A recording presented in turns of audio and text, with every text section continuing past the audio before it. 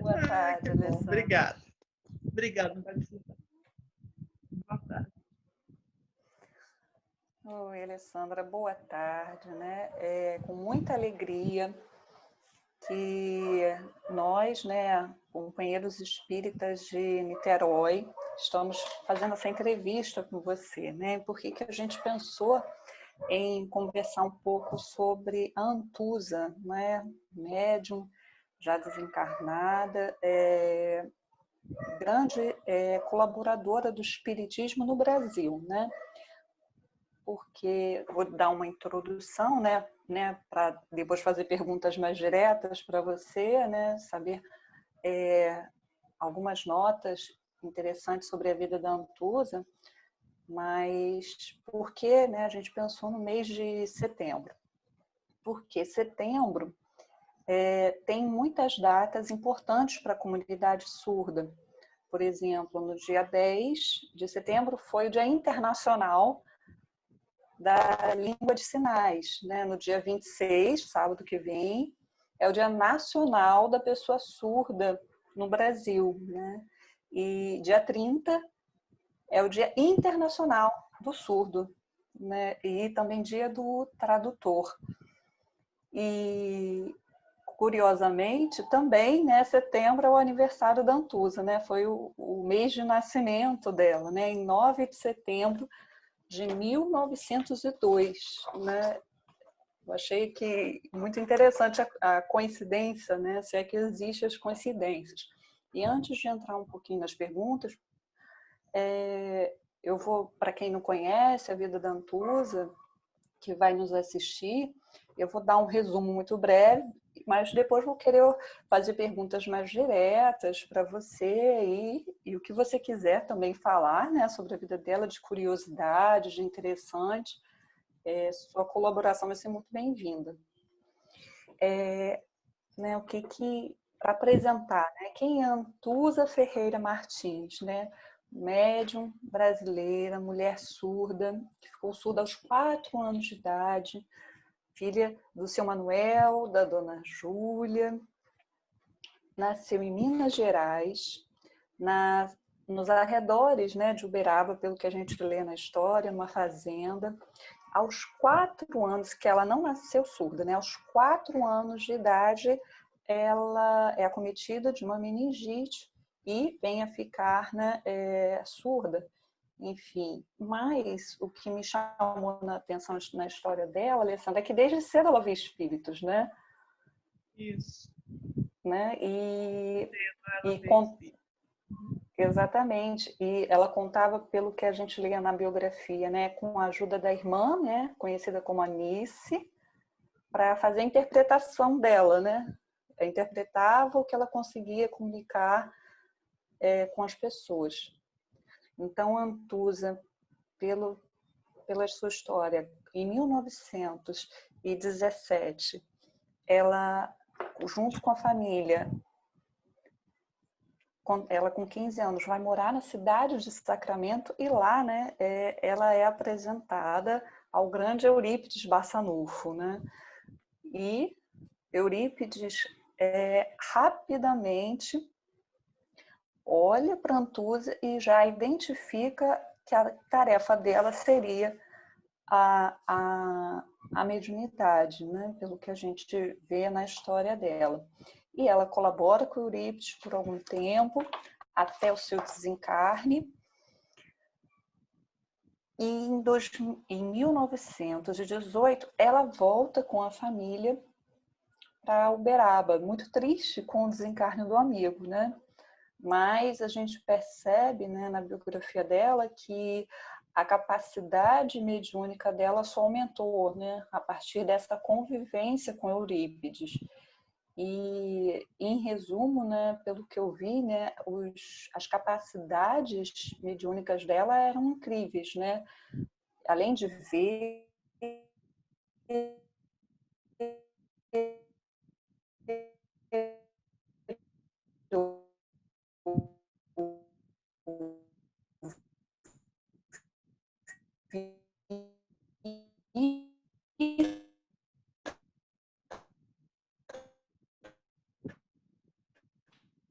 espíritos, apesar de... Até depois eu até ler, ela parecia que via o interior do corpo da pessoa, identificava a doença que a pessoa tinha e promovia, em alguns casos, até curas à distância, né? E o Chico tem uma frase que é bem conhecida, né? Que a Antusa tinha remédios nas mãos, né? Se referindo aos passos dela. E a gente vai ver que ela desencarna no ano de 1996, com 94 anos, mas antes de desencarnar ela também fica cega, né? Aí, Alessandra, né, eu dei uma biografia muito rápida, né? Espero que esteja tudo correto, que nós pesquisamos aqui para valorizar, né, a figura da Antusa. Aí, no nosso grupo de estudos, né, quem somos nós? Nós somos do Grupo Espírita da Fé de Niterói, né, e já há alguns anos a gente realiza um trabalho de evangelização da pessoa surda.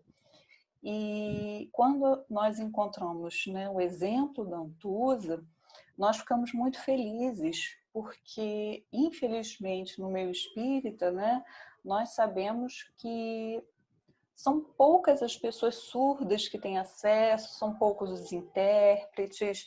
Então, esse nosso trabalho, essa nossa entrevista também é para mostrar, né, que a pessoa surda pode sim se vincular ao espiritismo, tem muito a contribuir com a doutrina espírita, né?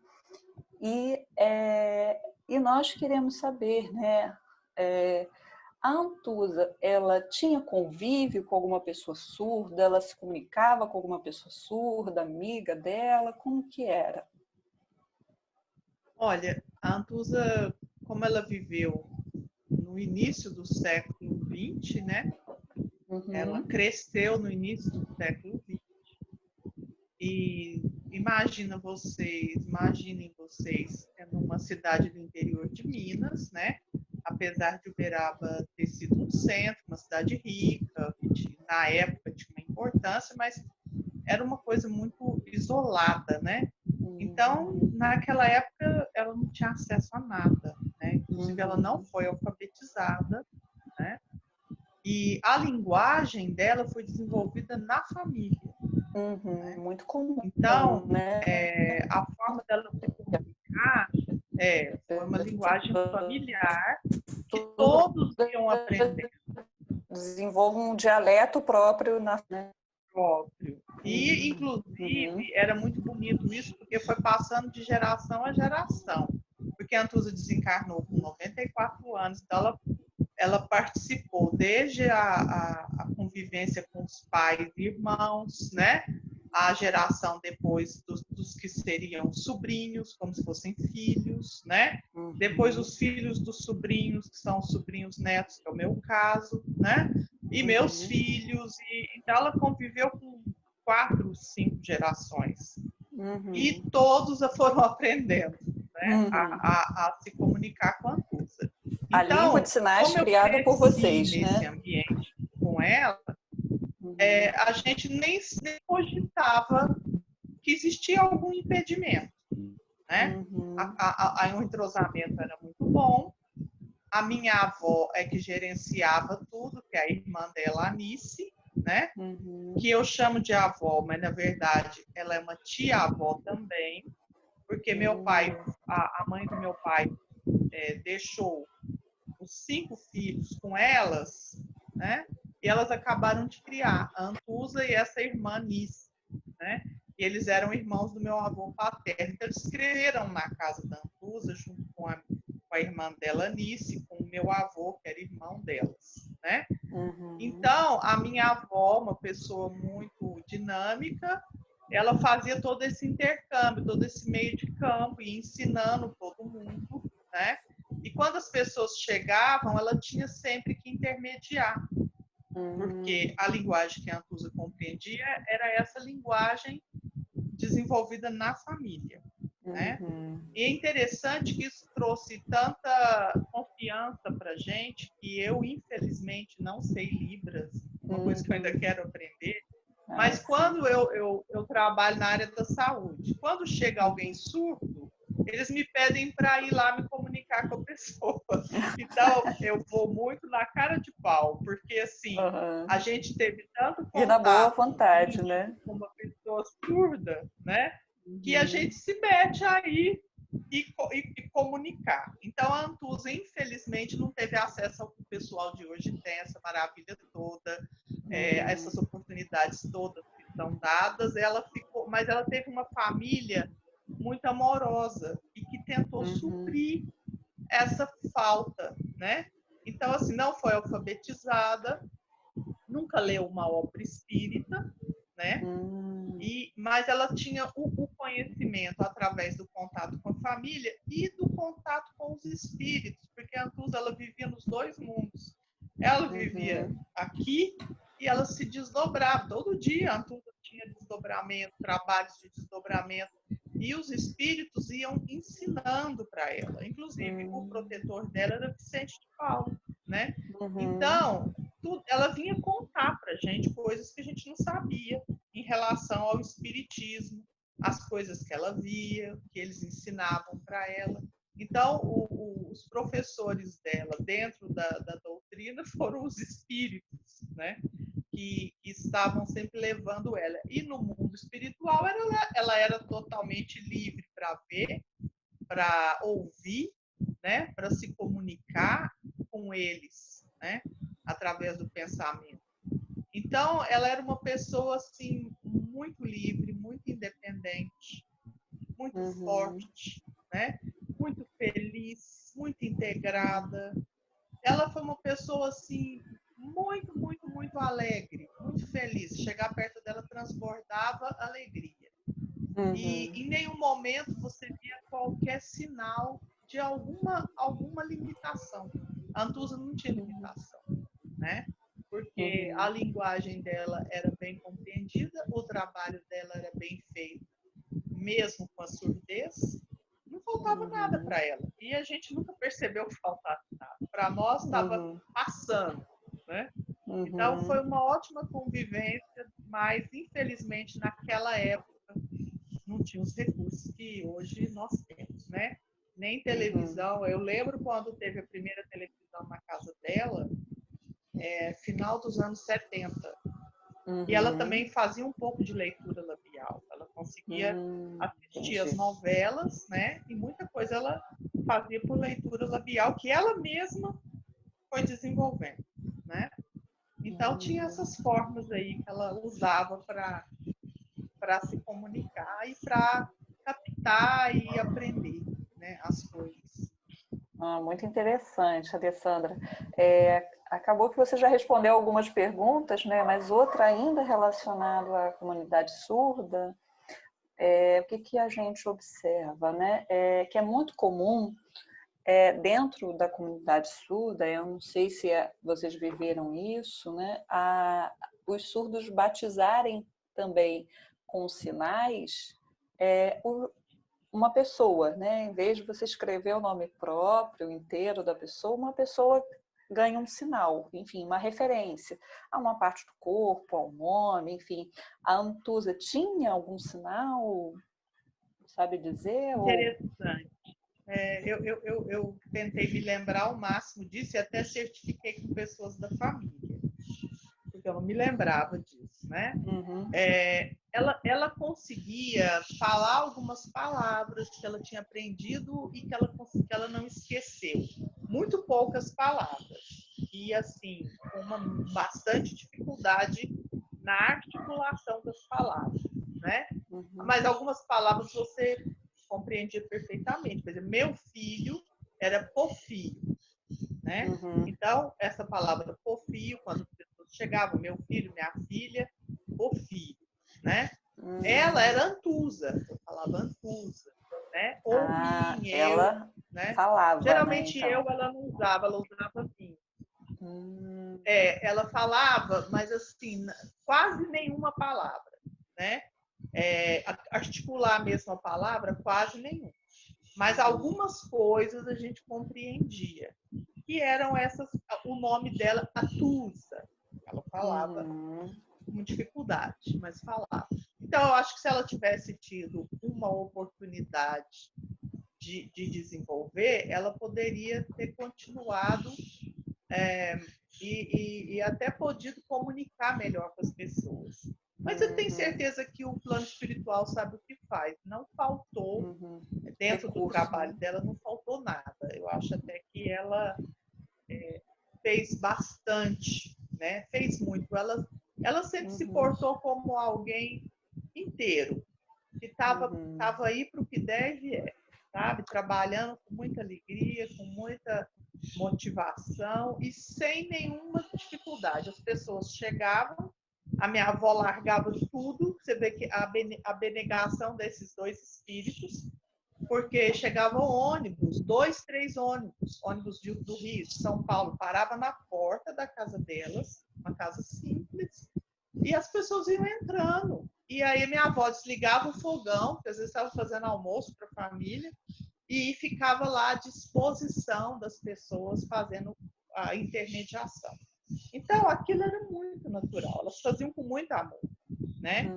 E aí todo mundo era atendido, todo mundo era recebido, todo mundo tinha oportunidade. Aí muitas pessoas que já tinham, muitas vezes que tinham ido já lá, já começavam a aprender a falar com ela. Então, já tinha alguns que eram mais acostumados, que já também serviam de intérprete, né? Era muita fraternidade, era muito legal. Sim.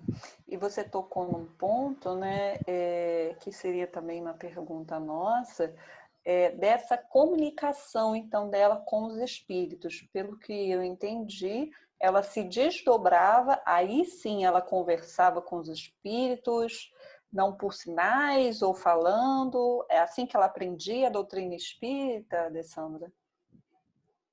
Então, ela via, ela era clarividência, né? Ela via com muita facilidade. Ela estava lá atendendo as pessoas, aí ela via um mentor, ela via um obsessor que estava com a pessoa, ela via a situação que a pessoa estava vivendo de doença física, como você já falou, né? Ela conseguia ver por dentro do corpo os órgãos, aí ela chamava a minha avó, que era intérprete, explicava, porque naquela época não tinha nem ultrassonografia. Então, às vezes a pessoa tinha um mal, uma doença, uma dor, e ninguém descobria o que era. A pessoa ficava de médico em médico e não sabia. E ela, às vezes, ela atendia a pessoa e via, e ela orientava. Procura o doutor fulano, procura um médico assim, procura um especialista nisso. Você tem uma doença assim, você tem um tumor que está aí. Então, ela via não só o corpo por dentro, como ela via os espíritos, né? Como ela via durante o trabalho, fora dos momentos que ela estava atendendo as pessoas. Então, assim, além de ver as coisas e com isso ir adquirindo conhecimentos, porque os espíritos iam explicando a situação para ela, né?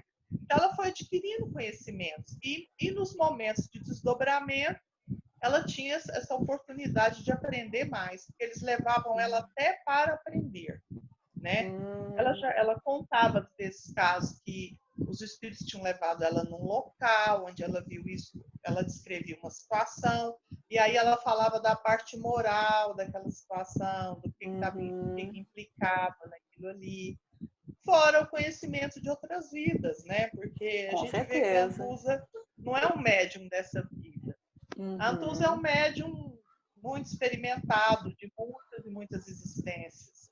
Então, ela já trazia aquilo nela, né? E a gente não pode esquecer que, às vezes, a gente pensa que por ter alguma limitação nessa atual existência, mas a gente já tem aquilo desenvolvido na alma, né? E basta a gente dar a oportunidade que aquilo vai aflorar, né? Então, a Antusa deu essa oportunidade. Todo o conhecimento que ela era muito sábia. Quando a gente conversava com ela, igual eu estou te explicando, eu cresci com ela, eu não percebia que a Antusa fosse diferente de ninguém. Porque ela era tão integrada na família, na comunidade, no que ela fazia. Ela era tão tranquila, eu nunca vi a Antusa resmungar, reclamar. Ela era muito o que ela tinha que viver, ela era muito presente, a situação que ela estava, aquilo para ela era muito bem resolvido, né? e ela sempre achava um jeitinho de fazer o trabalho dela junto com a grande companheira dela, Nice, e as duas mandaram ver. Eram duas grandes mulheres que não estudaram, né? Não tiveram uma oportunidade assim de desenvolver na escola uma cultura maior, mas elas eram de muita sabedoria, espíritos de muita sabedoria. Né? Então, os conhecimentos que elas tinham já de outras vidas, provavelmente já ligadas ao trabalho com Cristo há muitas existências, talvez na igreja ou de uma outra forma. Então, aquilo foi só aflorando. Eu acho que a hora que ela desligava, transportava, ela revia, ela estudava, ela tinha oportunidade de fazer questionamentos, eles iam ensinando ela, né? E ela vivenciava a doutrina espírita. E depois do desencarne dela, teve uma mensagem, ela não deu muitas mensagens lá na casa espírita que tem o nome dela, não. Poucas. Pouco tempo depois do desencarne dela, ela falou do amor que ela tinha pela doutrina, que era tudo para ela, né? Do trabalho, que é para ela, essa palavra trabalhar, ela falava trabalhar. E o trabalhar, ela mandava todo mundo trabalhar. Então, o trabalho, que era um ponto assim para ela, a gente não podia ficar parado, tinha que estar sempre produzindo, trabalhando, esforçando, superando, né? Então, isso para ela era o amor pela doutrina espírita. Então, a gente vê nitidamente que a associação dela com o espiritismo é uma coisa anterior mesmo à reencarnação, né? Ela já veio preparada para isso, ela já estava imbuída dessa intenção de desenvolver essa tarefa e ela mandou ver, foi em frente e nunca parou para olhar para trás, né? Ela foi sempre muito consciente dela mesma, da condição dela e sabendo que a espiritualidade estava com ela e que nada ia impedir ela de executar o que ela veio para executar. E executou lindamente. Né?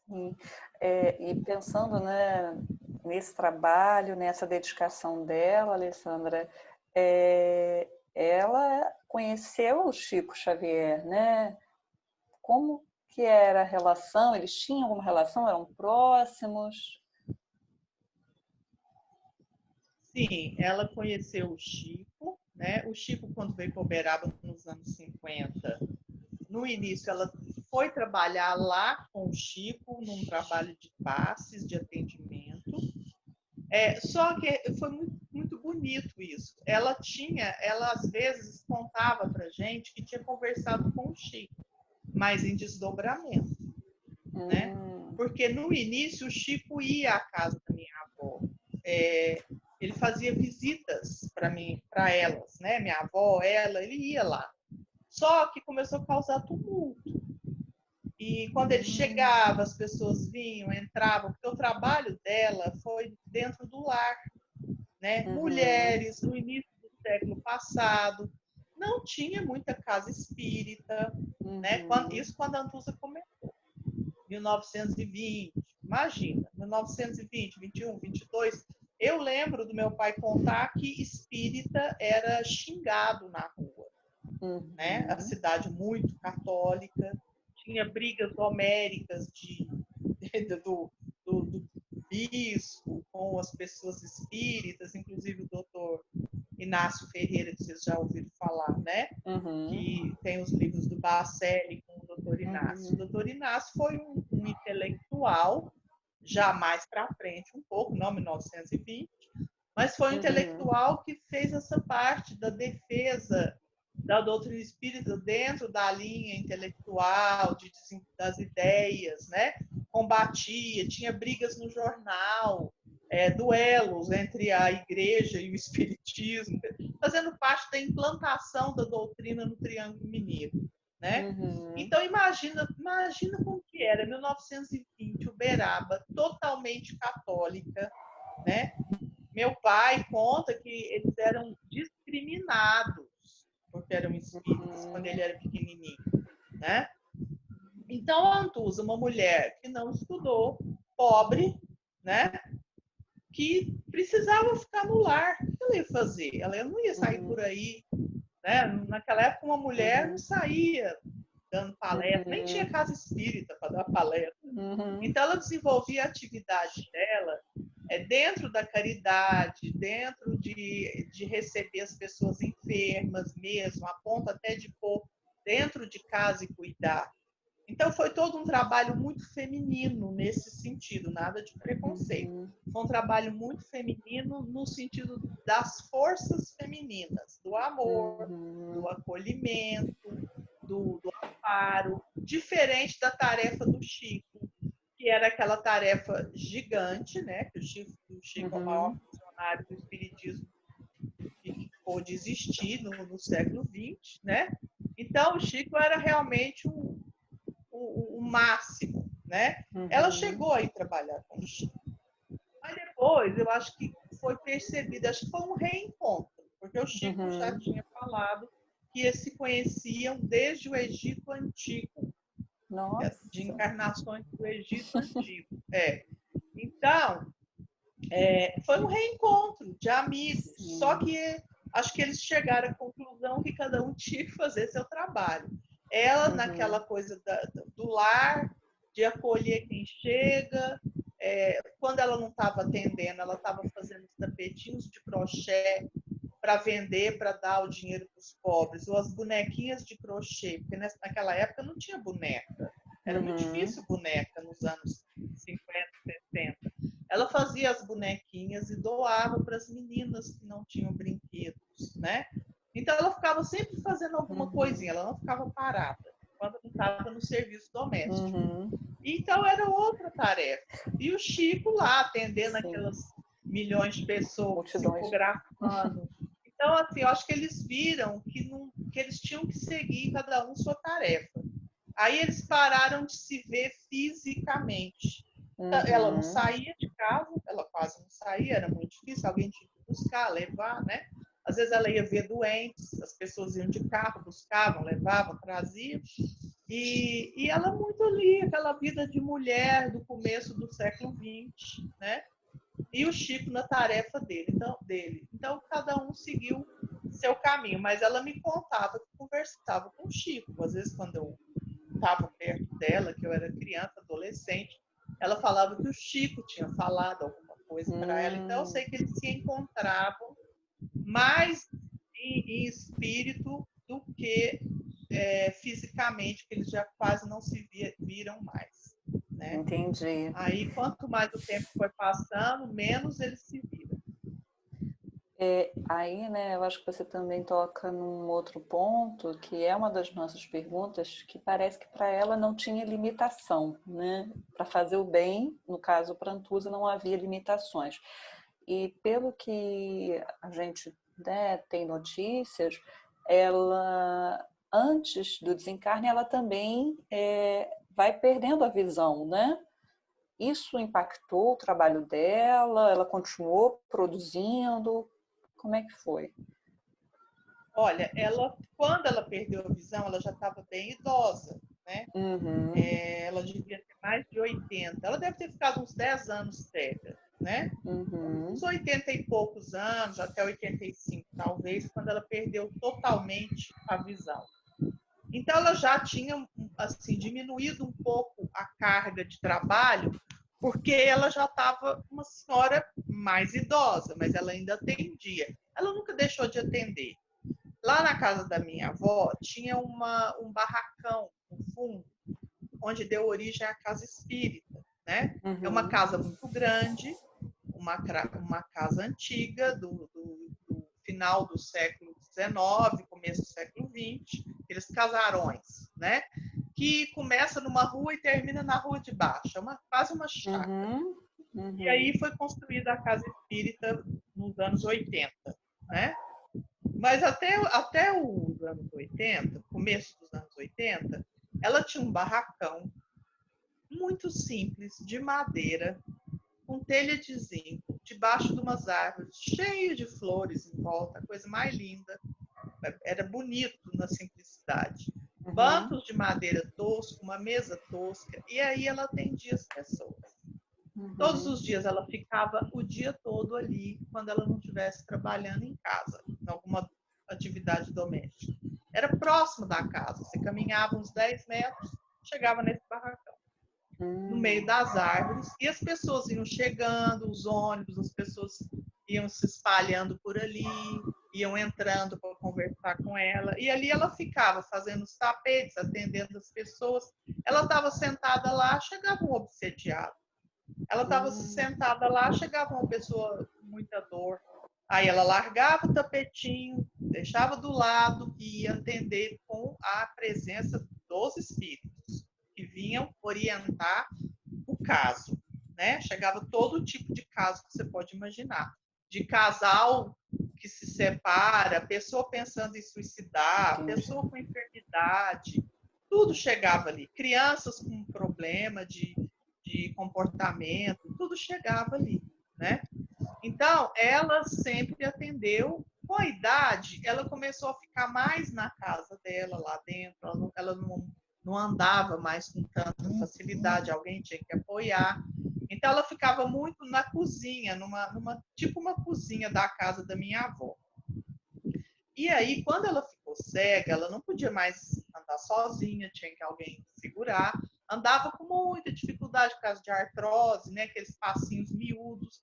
Mas todos os dias a Antusa levantava, né? Tomava o café dela de manhã, sentava na cadeirinha dela e ficava esperando lá.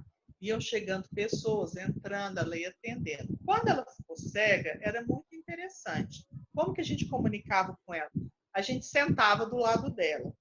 Aí ela punha a mão na gente e perguntava quem é, né? Balbuciava, quem é.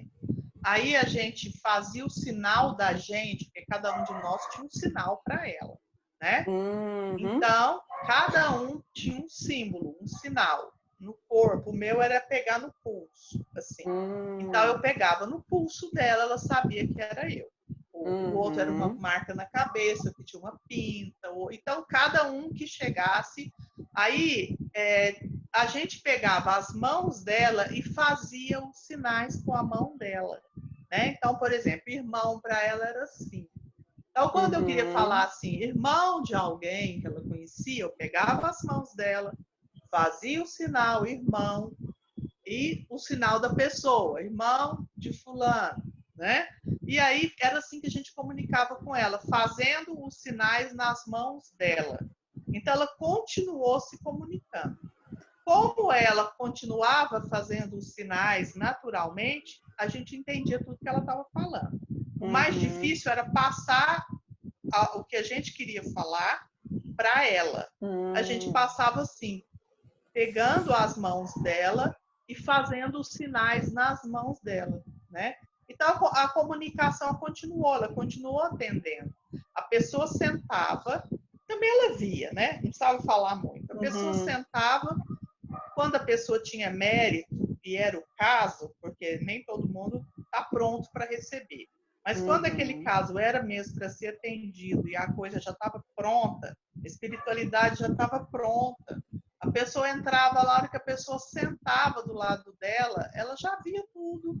Os espíritos já falavam para ela do que se tratava, né? Aí ela chamava a irmã dela estava sempre por ali. E aí ela falava com a linguagem dos sinais o que aquela pessoa tinha, qual era o problema, a orientação espiritual que veio. Aí a minha avó passava para a pessoa. Então, ela não foi limitada pela cegueira, né? Claro que teve uma dificuldade maior, mas a dificuldade maior foi da idade, porque ela já não caminhava, ela não conseguia mais ir lá no barracão que ela atendia. Os passos eram muito pequenininhos, então para caminhar a gente tinha que ficar segurando as duas mãos dela, ela ia bem devagarinho, né? Então era difícil para ela, não tinha força física mais. Mas a cabeça a mil, a comunicação a mil, nunca teve dificuldade de compreensão, mesmo nessa situação toda que eu estou te dizendo, né? A gente fazia os sinais na mão dela e ela entendia direitinho. Fora que os espíritos já estavam mostrando para ela o caso, o atendimento, o que precisaria ser feito. Ela já estava a par de tudo. Então, nem a cegueira limitou a Antusa, sabe? E assim, a gente nem percebia que a Antusa tinha limites, porque ela não desistia. Hoje, com essa maturidade, já que eu já estou mais velha, é que eu falo assim, meu Deus, como que ela conseguia, né? Mas ela não se deu por vencida, nunca, né? Ela nunca se sentiu bloqueada para não fazer a tarefa dela. Eu nunca vi ela reclamar nem uma vez, em todos os anos de convivência com ela. Eu nunca vi a Antusa falar, que difícil. Ai, como que vai ser? Não, ela fazia. O que tinha para fazer, vamos lá, vamos fazer. Né? E ela era assim, um amor pelo trabalho, vamos trabalhar.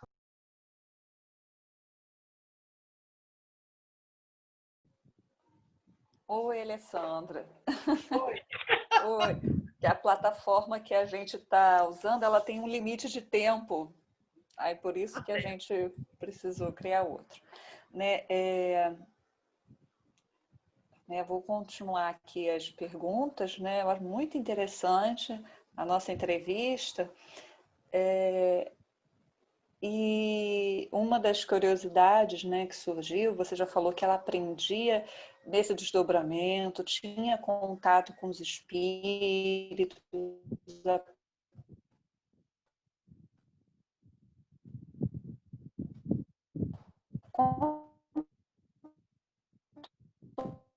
toda certeza, né? Não estou te ouvindo mais. Aprendia, ou melhor, ela como foi. Está me ouvindo agora? Agora sim. Uhum. Agora sim. Ah, sim. Nesse contato com o Evangelho, ela comentava, tinha alguma passagem de Jesus, humanizava mais? Tinha o quê? Uma passagem? Uma passagem do Evangelho, alguma história de Jesus, alguma parábola, enfim, ou alguma história do meio espírita, da doutrina espírita que ela comentava, que ela gostava. Ela chegou a comentar isso com vocês? Comigo, eu não estou conseguindo me lembrar. Pode ser que tivesse com alguém. Tentei puxar aqui pela memória alguma coisa que ela tivesse comentado, não me lembro. Ela falava de alguns espíritos do cristianismo. Eu achava isso interessante, porque como ela não estudou, não leu nem Bíblia, nem Evangelho, e ficou surda muito pequenininha, né? Então, não teve tempo dela conhecer a história religiosa, né? Com 4 anos, não tinha como conhecer detalhes.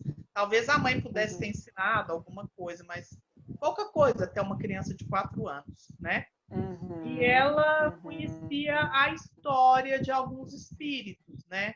Ela conhecia, ela falava do Kardec, como se conhecesse a história dele, né? Parece que bloqueou a imagem, você está me ouvindo? Oi? Sim, sim. Está me ouvindo? Estamos. Então Acho tá. que ela que eu não tô te vendo mais, mas tudo bem, você está me vendo, está ouvindo. Você deu uma. Apareceu.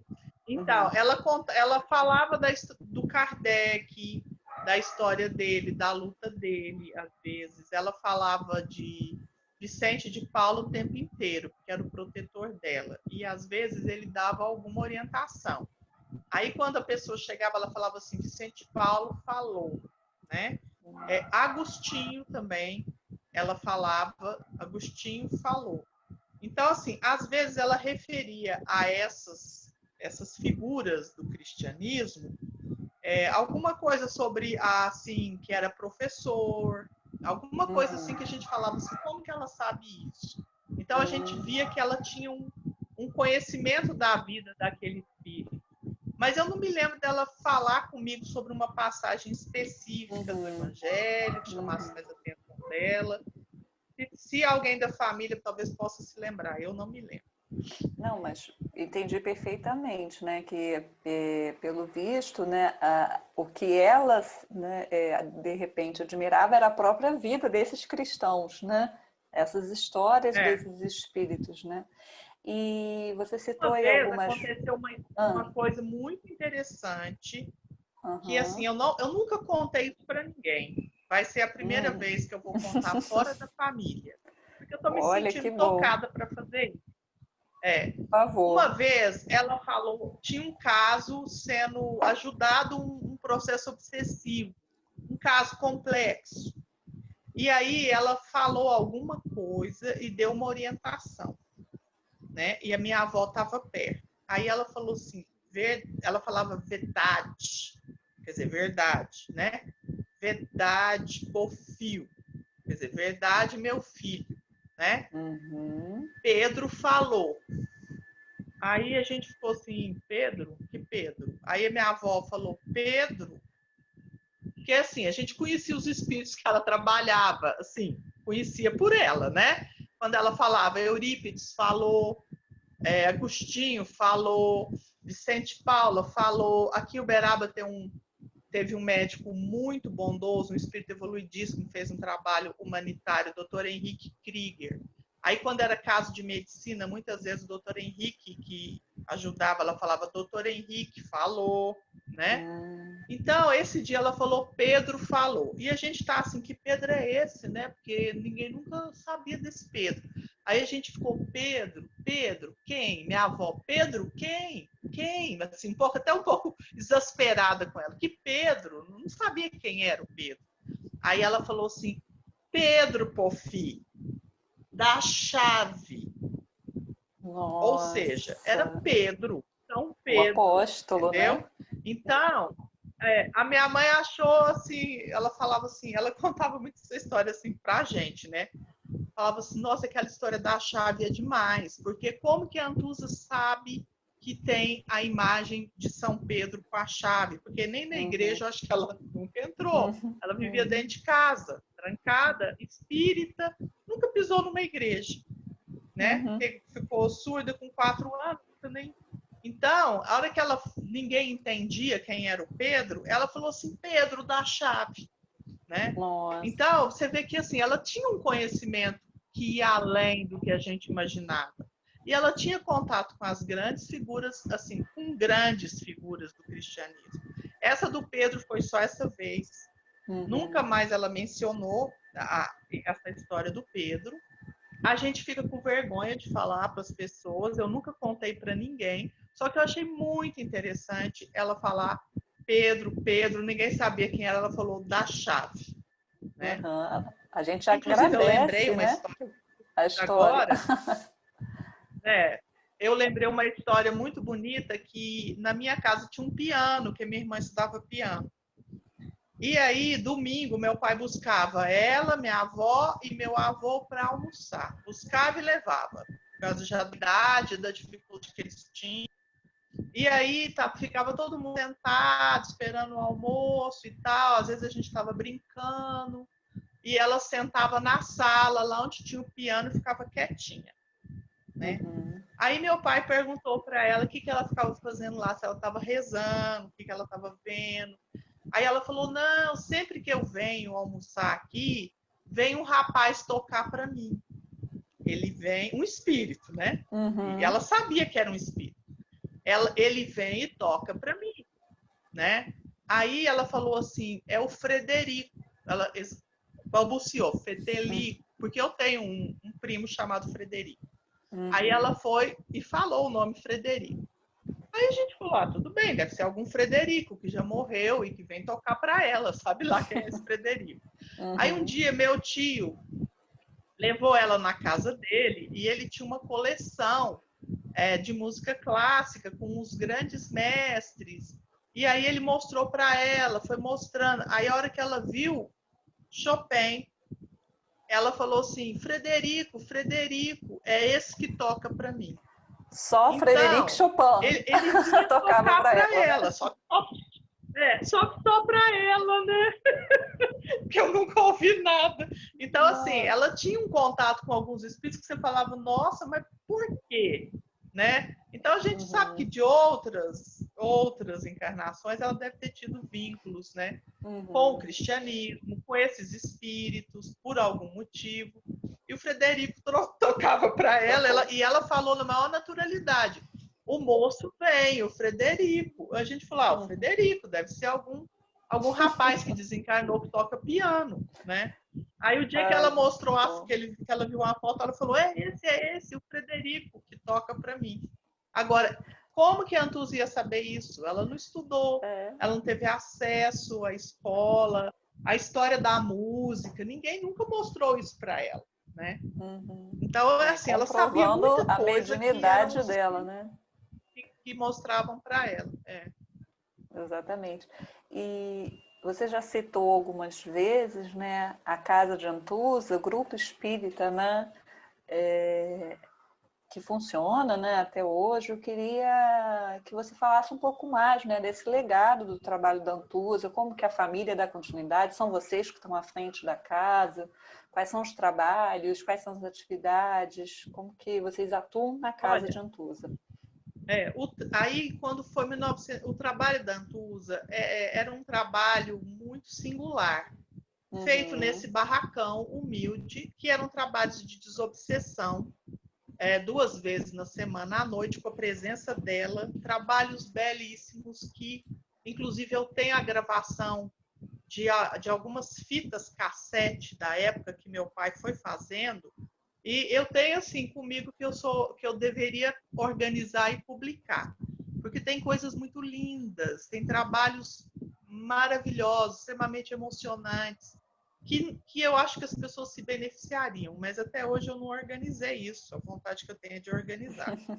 E enquanto a Antusa trabalhou lá, foi muita coisa linda que aconteceu, mas era essa coisa muito simples. Ali naquele barracão, ali ela atendia o povo, e ali era feito passe. Ela começou a trabalhar dando passe. Foi o Eurípides orientou ela que ela trabalhasse com cura e com passe, né? Ela era um médium de cura excelente. Então, a tradição era o passe. O passe era feito a manhã inteira, ela ficava sentadinha lá, as pessoas chegavam, tomavam o passe. Aí depois outros médios foram se aproximando, isso nos anos 20, anos 30, e começou a criar um trabalho maior de passes. Passes de manhã, trabalho de desobsessão à noite. E assim ficou por anos. Não era um centro espírita registrado, que fazia parte de uma associação. Era uma coisa muito, muito simples, né? Muito sem burocracia nenhuma. Aí, quando foi passando o tempo, a Antusa foi envelhecendo. Aí, meu pai falou: nossa, a gente precisa de acompanhar.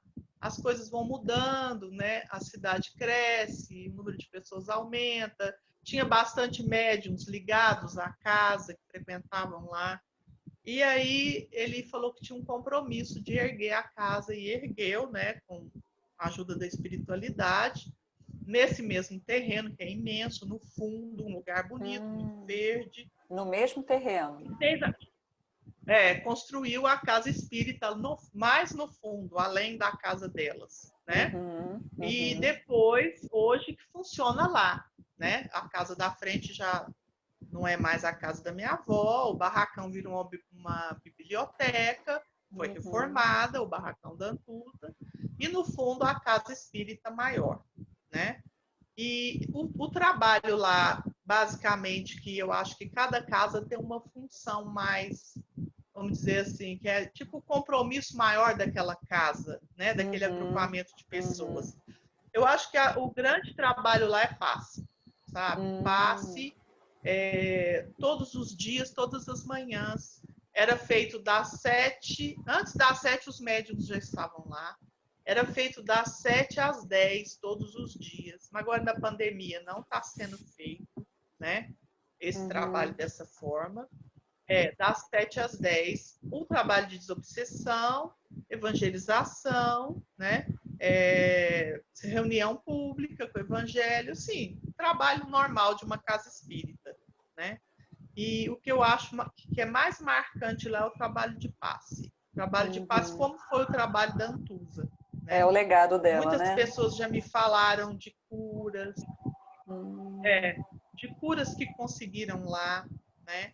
E assim, dentro do trabalho da casa, já teve comunicação nas reuniões mediúnicas, e isso muitos já viram, muitos já perceberam, muitos já falaram sobre isso, que nem são de lá. Às vezes, pessoas que vêm visitar, que são de outros estados, outras cidades, que tem uma instituição gigantesca lá no plano espiritual, escola e hospital, né? Então, a gente tem notícia disso. Um dia foi um espírito num trabalho de desobsessão, ele falou assim, vocês não têm ideia do tamanho que é isso aqui. É uma casa espírita de tamanho médio, né? Normal.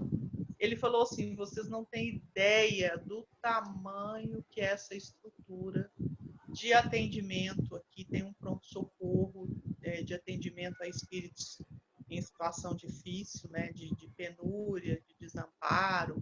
Tem um hospital e tem uma escola. Vocês não imaginam a grandeza que é esse trabalho. Não que a gente ache que as coisas têm que ser grandes, mas assim, além que a gente sabe que toda casa espírita tem no plano espiritual A seu casa espiritual, correspondente, né? exatamente. E como a Antusa foi uma pessoa muito dedicada, e a gente sabe da ligação dela com Eurípides, né? E que está sobre a égide de Eurípides esse trabalho. Isso tudo é do Cristo, não é de ninguém. É tudo do Cristo, nem da Antusa né? Mas a gente sabe que tem essa ligação dela, então eu tenho certeza que junto com ela deve ter uma equipe que às vezes a gente até não sabe dar o nome, né? Mas eu sei que os espíritos verdadeiramente cristãos não ligam para isso. Mas tem uma equipe muito grande trabalhando. A Antusa foi só um dos espíritos, né? Talvez ela tenha sido escolhida por um grupo para vir, mas tem um grupo trabalhando, tem Eurípides trabalhando com todos nós, que a égide de Eurípides é imensa nesse Brasil, né? De Sacramento, ele foi jogando as sementinhas dele pelo Brasil afora, então a gente sabe que a égide de Eurípides é gigantesca, está no Rio, está no Nordeste, está em Goiás, está em Minas, então todos nós estamos, de uma certa forma, trabalhando no mesmo grupo, né? Porque também estamos trabalhando pelo Cristo, né? Com certeza. E uma última pergunta, né? Se algum dos meus colegas que estão fazendo a interpretação hoje não tiverem mais alguma que surgiu, na sua opinião, não sei se vocês também já tiveram essa informação da espiritualidade, porque é até uma pergunta um pouco íntima, né, da questão da Antusa. É muito raro, né, conhecer pessoas surdas ligadas à doutrina espírita e principalmente tão ativas, né, como a Antusa foi, né? Pelo menos é o que a gente tem notícia. Na sua opinião, né, a surdez da Antusa, essa condição, né, fazia parte da missão? Era alguma prova específica que ela tinha que passar? É até difícil dizer expiação, né? Mas no seu olhar ou em alguma informação que vocês já tenham tido, a surdez tinha algum capítulo especial na pessoa da Antusa? Tinha um significado a mais? Olha, eu já me perguntei isso, né?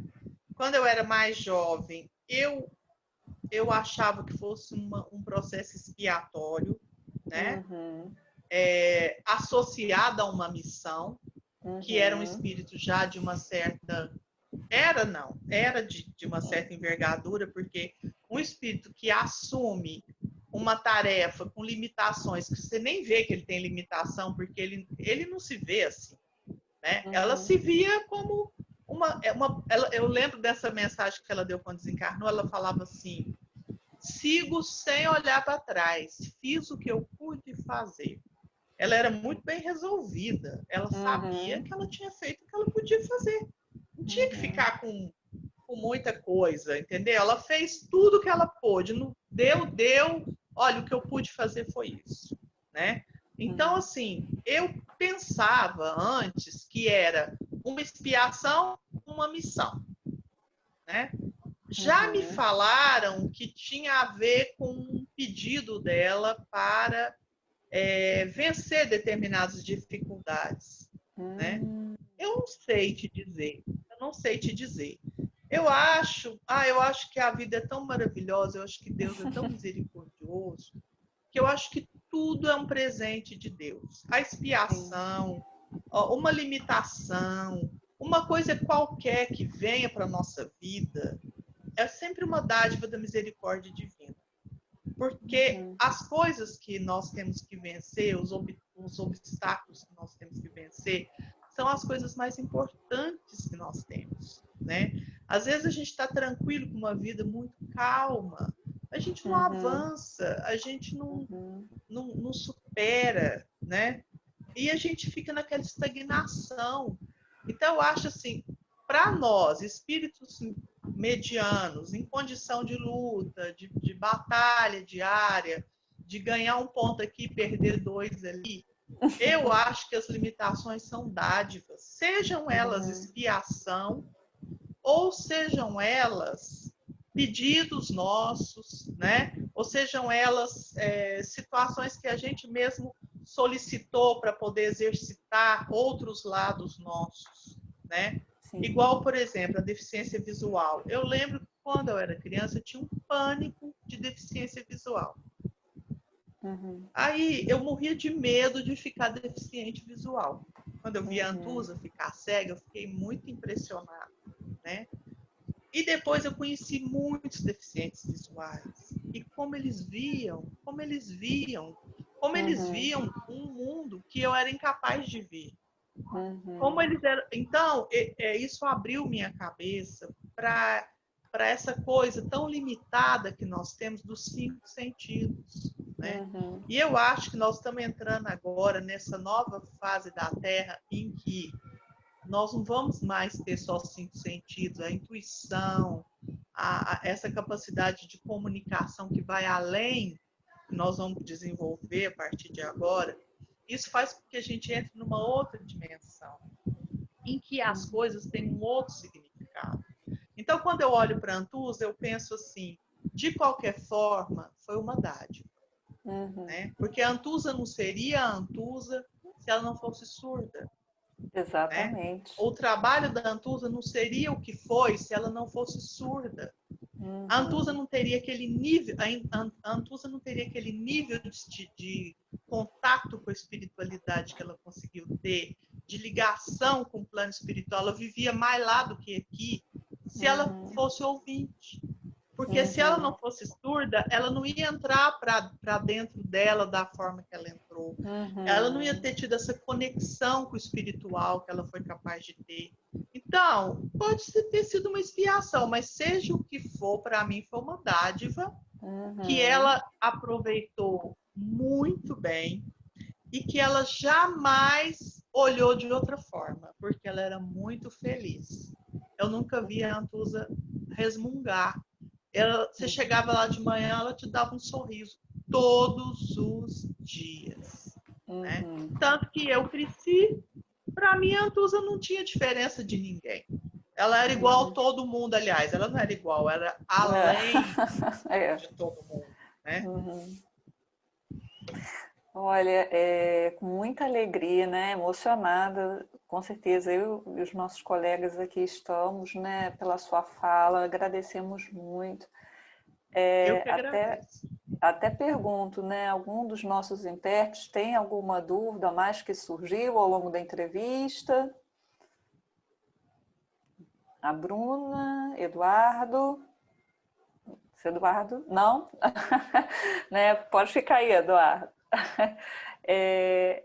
Então, Alessandra, nós né, do Grupo Espírita da Fé, né, agradecemos muito essa colaboração, né, na sua pessoa hoje, né, da Casa de Antusa, para nos brindar, né, com essa história tão bonita e que a gente precisa divulgar, né, não por vaidade, mas pelo exemplo que a Antusa deixou e deixa para todos nós, né? Comprovando que é capaz a mulher se dedicar ao espiritismo com toda a força, com toda a dedicação e principalmente, né, que a pessoa surda ela tem muito a contribuir, que surdez não é limitação, que pode ser uma dádiva, né, e uma nova maneira de se comunicar com a vida e com os espíritos, né? Então, a gente agradece muitíssimo a sua fala, espero que a gente se encontre novamente, de repente, em outra ocasião. Agradecemos aos nossos intérpretes, aí ao Bruno e ao Eduardo, e a gente, né, pede para que Deus nos ampare nessa tarefa, todos nós, né? Nós aqui em Niterói, e principalmente esse lindo legado que a Casa de Antusa segue, né? Com toda certeza, com o amparo dela também, de tantos outros espíritos que você citou. Muito obrigada, tá bom? Obrigada. Um abraço, tchau.